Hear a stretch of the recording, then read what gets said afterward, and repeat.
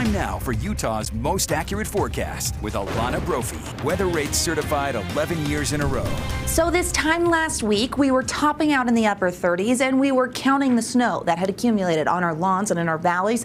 And now we're talking about spring and sunshine and temperatures just soaring. Live view from St. George, the Utah Tech camera showing those clear conditions where they've hit the mid-80s. Here's a look at the Wasatch Front. The Wasatch Mountains have plenty of snow, but we've got clear skies and lots of sunshine. We have hit 76 degrees. Last time we did that, folks, was back in October. 55 in Logan, low 70s in Ogden and Provo, and 85 in St. George. Temperatures just soaring in the southern portion of the state with dry conditions as we made it through Easter weekend. You know, we haven't been here since October 21st. The average high for today is 60 degrees in Salt Lake, running 16 degrees above it.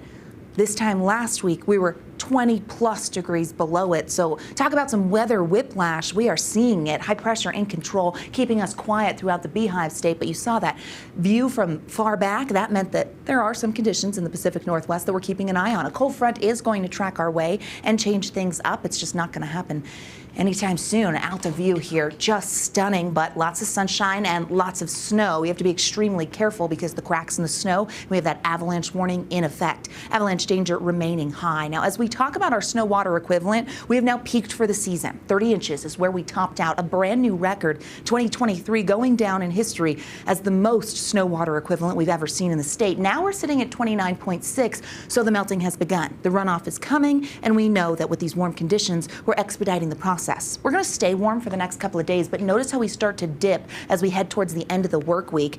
We do have a slight chance of seeing some moisture. Let's walk through the futurecast here so you know what to expect. Quiet conditions with that southwesterly flow this afternoon as we head into tomorrow. Some clouds sneak in by early tomorrow morning, but it's just going to be a mix of sun and clouds with the warmth still there. Those clouds are ahead of a passing cold front that moves in late Wednesday and into Thursday, and with it comes the slight chance of some wet weather. That's rain in Davis and Salt Lake County, and the mountains could pick up some snow a little further north in Cache Valley. Cache Valley could see temperatures that get cold enough to support some mixed precipitation or straight snow as the front comes through at 4 a.m. So that could be a sloppy commute up in Cache Valley. Now that front kind of drags through the state. By 10 a.m. it moves into central Utah, and depending on temperature and location, we could see that sloppy mix. Many valleys will stay with rain because of the warmer temperatures we're seeing above freezing. Spotty conditions by the afternoon in the southwest desert. We also see some rain over towards the Wasatch Plateau and Castle Country, and snow over towards Flaming Gorge. Vernal will tap into rain. By early Friday morning, it's in Moab, and we see the slight chance of seeing some wet weather, and then dry conditions take over again, but we are going to notice those temperatures drop. When it comes to precipitation, that chance is around Wednesday night through Thursday and into early Friday for northern Utah, but most likely early Thursday for that morning commute in Cache. Look at those temperatures for tomorrow. Cooking.